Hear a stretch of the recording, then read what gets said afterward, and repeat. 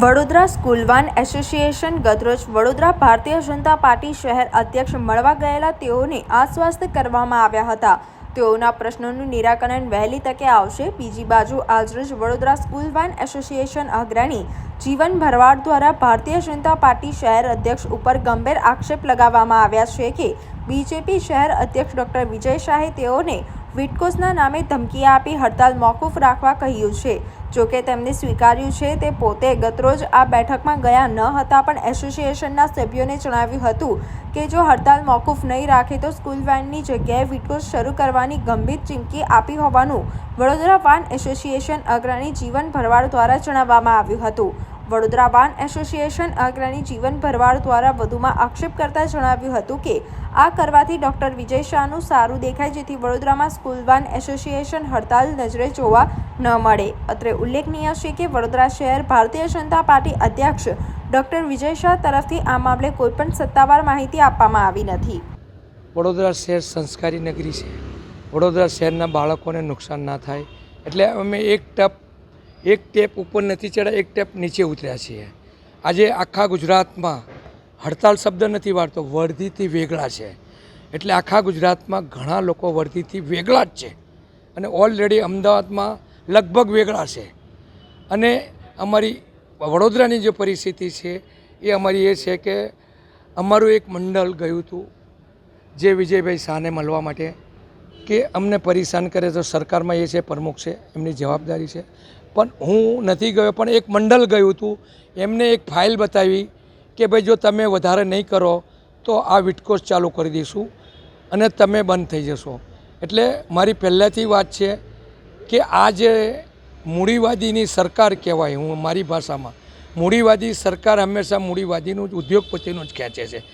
આજે અમે ગરીબ વાન અને રિક્ષાવાળા રોજનું લાઈન રોજનું, આજે અમારા બાળકોનું ફી નથી ભરી. અમારા બાળકોના કેટલા એવા છે 5 નોટબુક લાવ્યો તો 2 લાવ્યા હશું. એટલે મારે વિજયભાઈ શાહને એક અપીલ કરવાની છે કે આવા ગરીબ વાહન અને રિક્ષાવાળાને ખોટી આવી ધમકીઓ તમે ના આપો. આ લોકો કહે છે, હું નથી કહેતો ભાઈ, મારા જે મંડળો ગયેલા એ લોકોને. એટલે ફાઇલ બતાવી અને એમને એવું કીધું અમે જે વિટકોસનું જે અત્યારે અમને સરકાર તરફથી રાહત મળે છે એ આ લોકોને રાહત આપીશું. તો અમને રાહત આપે ને, અમને રાહત આપે, અમારી વાહનોને રાહત, ટેક્સ મરી કરે. વિજયભાઈ જો આટલું જ સારું કામ કરતા હોય તો મૂડીવાદી વિટકોસવાળાને, હું વિટકોસવાળાનો વિરોધી નથી, એ બી એક કામ જ કરે છે.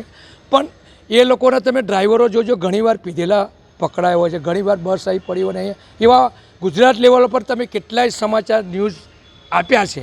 તો એવું કોઈ વાહનવાળાનું આજ લગીમાં નથી આવ્યું કે કોઈ પીન છોકરા રખડતા હોય.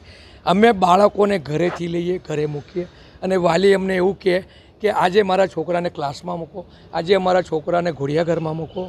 અને વાલી અમને અમારી પર એટલો ભરોસો મૂકે છે. વાલી હંમેશા મોસ્ટ ઓફ બંને જણા હસબન્ડ વાઈફ નોકરી પર હોય છે, એ અમારા ભરોસે મૂકીએ છીએ. અને આજે અમે બંધ રાખ્યું હોય તો એ રજા પાડે, 2 માણસ નોકરી કરતા હોય કે માનો કોઈ એક માણસ નોકરી કરતો ને કોઈ ના હોય તો એ લોકોને અમારા હિસાબે એક દિવસ તો રજા પડી જાય અને 22નું ભડક ના બગડે. એટલે અમે એક સ્ટેપ નીચે ઉતર્યા છીએ. એટલે અમને એક જ મુદ્દાનો કાર્યક્રમ છે કે સરકાર અમને 2019થી બંધ કર્યું, પરમિટ આપે રેગ્યુલર માટે. અમે રિક્ષામાં 6, વાનમાં 14 બાળક બેહારવા માટે. અને આ લોકોને એવું કહેવું છે કે તમે 7 જ બાળક બેસાડો. બીજી વાત રહી કે બાટલા ઉપર તમને વારંવાર મીડિયા અને પ્રેસમાં એક બાટલાનો ફોટો આવે છે. એ બાટલાનો ફોટો કંપની આપે છે, અમે તો આપતા નથી. સીએનજી બંધ કરો. અમારું પેટ્રોલ અને ડીઝલની ગાડીઓ હતી, પ્રદૂષણ દૂર થાય એના માટે આ લોકોએ સીએનજી ચાલુ કર્યું. તો કંપનીને કહો ને ભાઈ સીએનજી બાટલા બંધ કરી દે. લાખો રૂપિયા જે તમે સાંભળ્યું છે, ચૂંટણીમાં લાખો રૂપિયાનું ભંડોળ લીધું છે, મેં બધું સાંભળ્યું છે. આ કંપનીને બાટલા બંધ કરી દો, ઓટોમેટિક પેટ્રોલની ગાડી અમે પેટ્રોલની ચલાવવા તૈયાર છીએ. પેટ્રોલની ગાડી કરો, ડીઝલની કરો. તમે જ કંપનીમાં એક બાજુ પ્રદૂષણ માટે બાટલો ઘૂસેડો છો અને વારંવાર જીવતો બાટલો. અહીં બાટલાની વાત આવી તો તમને હું મીડિયા તરફથી એક અપીલ કરું છું કે તમે વિટકોસના મેનેજરને પૂછો કે તમારું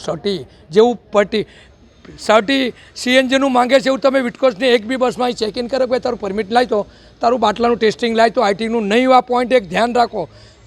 વાહન અને રિક્ષામાં એક બોટલ આવે છે, પહેલાં 4-6 બોટલ આવશે, એક બોટલ એક પછી બાજશે. તો બસની વાત છોડો, 1 કિલોમીટરમાં લોકો બચશે નહીં. આ મુદ્દો તમે ઉપાડો.